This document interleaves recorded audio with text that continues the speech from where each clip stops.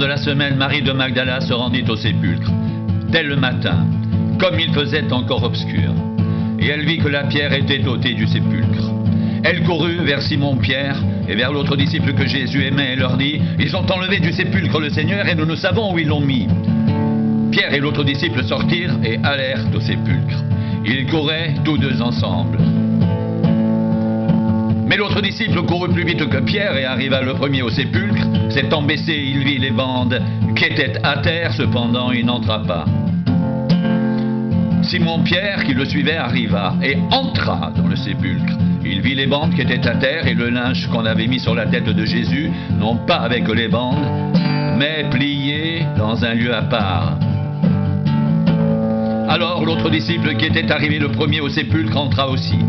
Et il vit, et il crut, car il ne comprenait pas encore que selon l'Écriture, Jésus devait ressusciter des morts. Et les disciples s'en retournèrent chez eux. Cependant, Marie se tenait dehors près du sépulcre et pleurait. Comme elle pleurait, elle se baissa pour regarder dans le sépulcre. Et elle vit deux anges vêtus de blanc, assis à la place où avait été couché le corps de Jésus. L'un à la tête, l'autre aux pieds.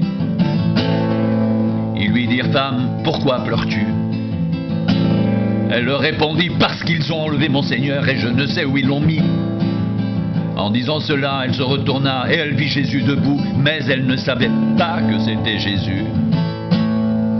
Jésus lui dit, « Femme, pourquoi pleures-tu? Qui cherches-tu » Elle, pensant que c'était le jardinier, lui dit, « Seigneur, si c'est toi qui l'as emporté, dis-moi où tu l'as mis et je le prendrai. » Jésus lui dit, « Marie !» Elle se retourna et lui dit en hébreu, « Rabouni !» c'est-à-dire maître. Jésus lui dit, « Ne me touche pas, car je ne suis pas encore monté vers mon Père, mais va trouver mes frères et dis-leur que je monte vers mon Père et votre Père, vers mon Dieu et votre Dieu. » Marie de Magdala alla annoncer aux disciples qu'elle avait vu le Seigneur et qu'il lui avait dit ces choses. Le soir de ce jour, qui était le premier de la semaine, les portes du lieu où se trouvaient les disciples étant fermées à cause de la crainte qu'ils avaient des Juifs, Jésus vint, se présenta au milieu d'eux et leur dit, « La paix soit avec vous. » Et quand il eut dit cela, il leur montra ses mains et son côté. Les disciples furent dans la joie en voyant le Seigneur. Jésus leur dit de nouveau, « La paix soit avec vous. Comme le Père m'a envoyé, moi aussi je vous envoie. » Après ces paroles, il souffla sur eux et leur dit, « Recevez le Saint-Esprit. Ceux à qui vous pardonnerez les péchés, ils leur seront pardonnés. Et ceux à qui vous les retiendrez, ils leur seront retenus. »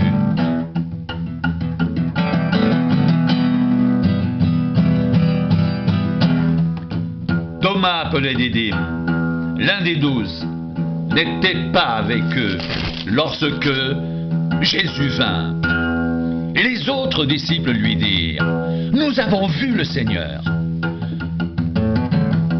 Mais il leur dit, « Si je ne vois dans ses mains la marque des clous, et si je ne mets mon doigt dans la marque des clous, et si je ne mets ma main dans son côté, je ne croirai point. »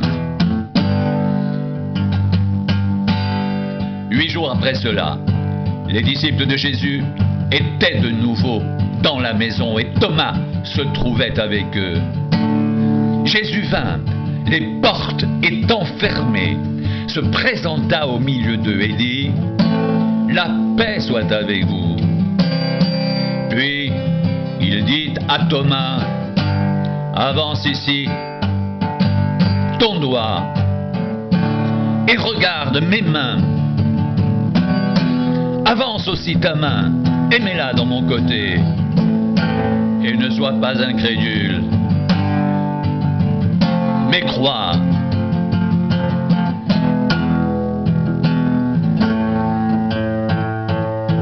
Thomas lui répondit, « Mon Seigneur et mon Dieu. » Jésus lui dit, « parce que tu m'as vu, tu as cru. Heureux ceux qui n'ont pas vu et qui ont cru. Jésus a fait encore en présence de ses disciples beaucoup d'autres miracles qui ne sont pas décrits dans ce livre. Mais ces choses ont été écrites afin que vous croyiez que Jésus est le Christ, le Fils de Dieu, et qu'en croyant, vous ayez la vie en son nom. Après cela, Jésus se montra encore aux disciples sur les bords de la mer de Tibériade, et voici de quelle manière il se montra. Simon-Pierre, Thomas appelé Didyme, Nathanaël de Cana en Galilée, les fils de Zébédée et deux autres disciples de Jésus étaient ensemble. Simon-Pierre leur dit, « Je vais pêcher. » Ils lui dirent, « Nous allons aussi avec toi. » Ils sortirent et montèrent dans une barque, et cette nuit-là, ils ne prirent rien.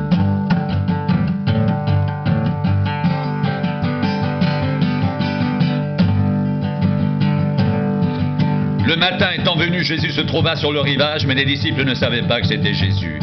Jésus leur dit, « Enfants, n'avez-vous rien à manger ?»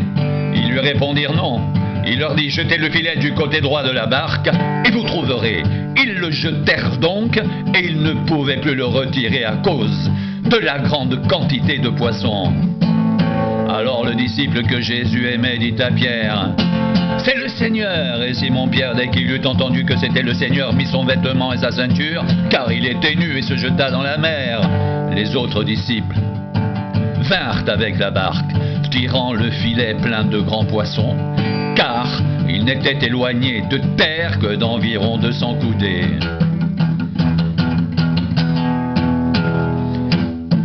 Lorsqu'ils furent descendus à terre, ils virent là des charbons allumés, du poisson dessus et du pain.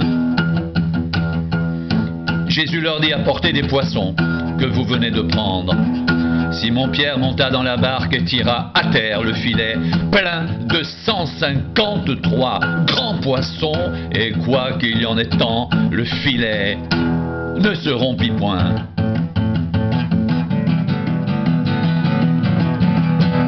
Jésus leur dit, « Venez manger. » Et aucun des disciples n'osait lui demander, « Qui es-tu ?» sachant que c'était le Seigneur. Jésus s'approcha, prit le pain et leur en donna. Il fit de même du poisson. C'était déjà la 3e fois que Jésus se montrait à ses disciples depuis qu'il était ressuscité des morts. Après qu'ils eurent mangé, Jésus dit à Simon-Pierre, « Simon, fils de Jonas, m'aimes-tu plus que ne m'aiment ceux-ci »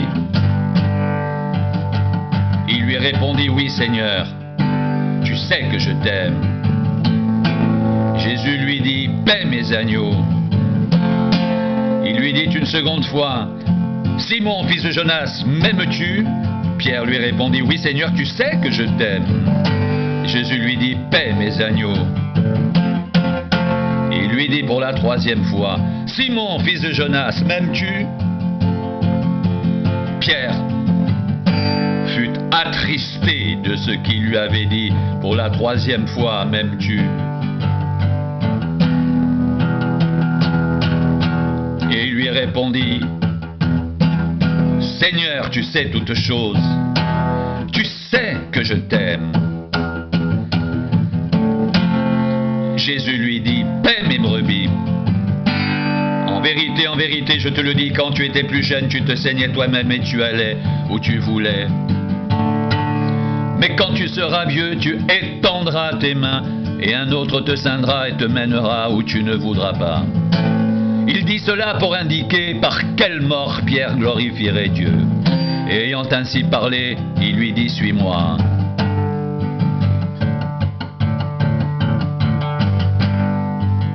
Pierre s'étant retourné vit venir après eux le disciple que Jésus aimait, celui qui, pendant le souper, s'était penché sur la poitrine de Jésus et avait dit, « Seigneur, qui est celui qui te livre ?» En le voyant, Pierre dit à Jésus, et à celui-ci, « Seigneur, que lui arrivera-t-il » Jésus lui dit, « Si je veux qu'il demeure jusqu'à ce que je vienne. Que t'importe, toi, suis-moi. » Là-dessus, le bruit courut parmi les frères que ce disciple ne mourrait point.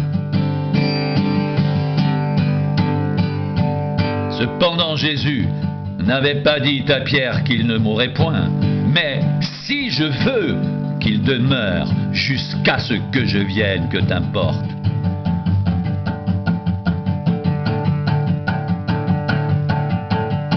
C'est ce disciple qui rend témoignage de ces choses et qui les a écrites. Et nous savons que son témoignage est vrai. Jésus a fait encore beaucoup d'autres choses. Si on les écrivait en détail, je ne pense pas que le monde même pourrait contenir les livres qu'on écrirait.